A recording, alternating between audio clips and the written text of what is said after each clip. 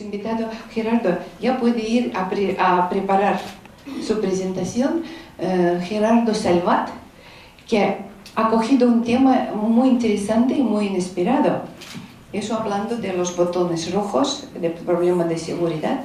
Si quiere pasar ahí en el centro. Que ha hecho libro sobre, él contará él mismo, que él dice que ha salvado mi vida y probablemente la tuya por no apretar el botón rojo en tiempos del conflicto cubano-americano. Entonces de hecho, en Rusia mismo este hombre no está muy conocido y nuestros estudiantes casi no lo conocen. Y por eso es más interesante todavía, y le invitaremos también después, y ya tenemos una invitación a Rusia, a una universidad socia, para presentar este escritor ahí en Rusia con su tema. El libro se llama Niet, pero yo creo que Gerardo va a contar más. Buenos días. Bueno, yo también me encuentro en una pequeña dificultad, es que yo siempre hablo en catalán y hoy me toca hablar en castellano. Menos mal que no me toca en inglés, que sería peor. Pero bueno, el caso es que yo me he preparado unas notas sobre este libro que ha dicho la señora Tatiana y, bueno, lo voy a leer porque me he ceñido al tiempo concreto que me dijo ella de unos 10 minutos y, por tanto, entre el tema de que me es más difícil hablar en castellano, por tanto me es más difícil también improvisar, prefiero leerlo pausadamente y así me parece que ganamos todos. Bueno, pues esta es la historia de un sonido que dura medio segundo, Niet, y que resonó por las paredes metálicas de un submarino soviético durante la crisis de los misiles en 1962. Salió de la boca de un capitán llamado Vasily Arkhipov y significaba que vetaba el lanzamiento de un torpedo nuclear contra la flota americana que lo había estado persiguiendo durante 20 horas y 45 minutos. Las 4 horas y media últimas, además lanzándole, dicen que pequeñas granadas, pero no está muy claro si eran muy pequeñas o más bien medianas o grandes. Yo no soy historiador, pero durante 14 años he tenido en mente esta minúscula parte de la historia del mundo y durante 4 me he dedicado a profundizar en la investigación del hecho y de sus mayúsculas consecuencias. O sea, una minúscula, medio segundo, y mayúsculas consecuencias. El producto es este libro, de 236 páginas, argumentándolo, y de 90 enlaces a los documentos, algunos de ellos recién desclasificados, que prueban la coherencia de lo que digo. Cuando se editó, en marzo del año pasado, era el único en el mundo sobre Vasily Arkhipov y en noviembre salió un fascículo de unas 30 páginas como parte de una obra sobre los héroes olvidados. No hay nada más. Vaya, yo no encuentro nada más por internet. Y lo que yo digo no es más que la ampliación de lo que salió de la Conferencia de La Habana del año 2002, cuando con motivo del 40 aniversario los representantes de los 3 países protagonistas de la crisis de los misiles se reunieron para verificar cuán delgada fue la línea que separó la paz de la hecatombe mundial. El evento lo organizaba el Archivo Nacional de Seguridad, entidad vinculada a la Universidad George Washington y que su misión es recopilar los documentos que va desclasificando el gobierno de los Estados Unidos. Los va recopilando y así, digamos, permite a los historiadores que la historia sea vista de otra manera, la real.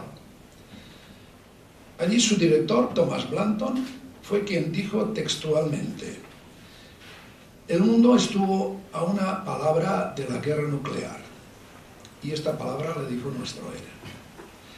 Esto me llevó a Moscú, con motivo del 50º de los hechos, a entrevistarme con su viuda, Olga Arkhipova. Me acompañó la televisión rusa REN-TV y estuvimos toda la mañana en su casa.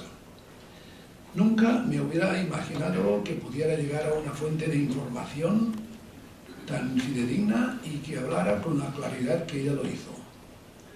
Por problemas de tiempo no les puedo pasar el documental, pero lo pueden encontrar en YouTube, en castellano, en catalán, en ruso, y muy breve estamos acabando la versión inglesa. Os lo recomiendo. El libro es también la historia de mi peripecia personal para agradecerle, como muy probable víctima colateral, mi vida. Hemos visto que la delgada línea que separó la guerra nuclear de la paz fue un sonido de medio segundo. Y, por tanto, a mi vida de mi muerte también. Pero en el curso de mi investigación también sentí curiosidad en saber quiénes habrían sido mis verdugos. Porque claro, no hay víctimas sin verdugo. Y además los verdugos del resto de la humanidad. No me callo en el libro en lo que he averiguado. Sentí que tenía no solo todo el derecho, sino también el deber de compartir mis averiguaciones, mis conocimientos y mis opiniones al respecto.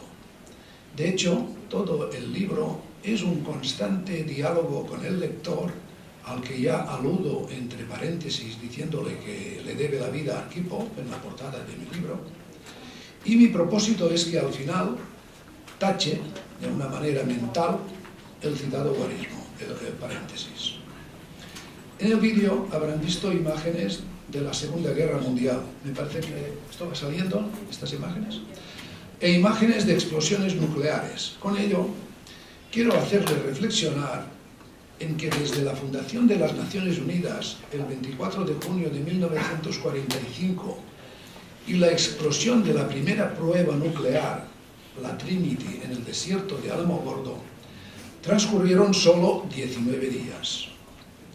Y 41 más cuando lo de la bomba sobre Hiroshima y 44 sobre lo de Nagasaki. Estas bombas causaron 250.000 muertos, la mitad de las bajas que tuvieron los Estados Unidos durante toda la guerra, pero una milésima parte de los que murieron en la URSS. A veces las estadísticas pueden ser creativas e incluso pueden hacer que reflexionemos. Claro que la reflexión nos puede llevar a la incomprensión. Es cuando el resultado es un despropósito.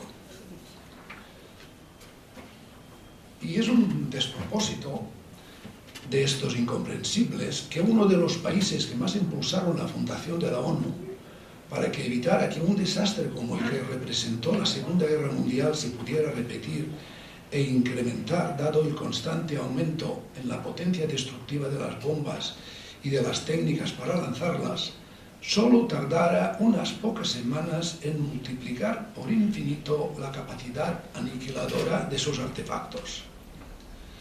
Porque la letra de la Carta de las Naciones Unidas se escribió pensando en las armas que conocían hasta aquel entonces, las armas convencionales, y el nuevo invento lo dejaba todo en papel mojado. Fue de manual. Los hechos se impusieron. El texto mojado de la Carta de las Naciones Unidas y su pretendida reducción y control de los armamentos se fue desintegrando. Se desintegraba al mismo ritmo que las dos potencias iniciaban lo que se llamó la carrera armamentista, inevitable e imparable, y que a los 17 años de que empezaran a correr los Estados Unidos y a los 14 de que se incorporara a la carrera a la URSS, entre los dos ya habían acumulado trofeos atómicos como para destruir el planeta 12 veces. Era cuando el tema en que se enfrentaron en el Caribe.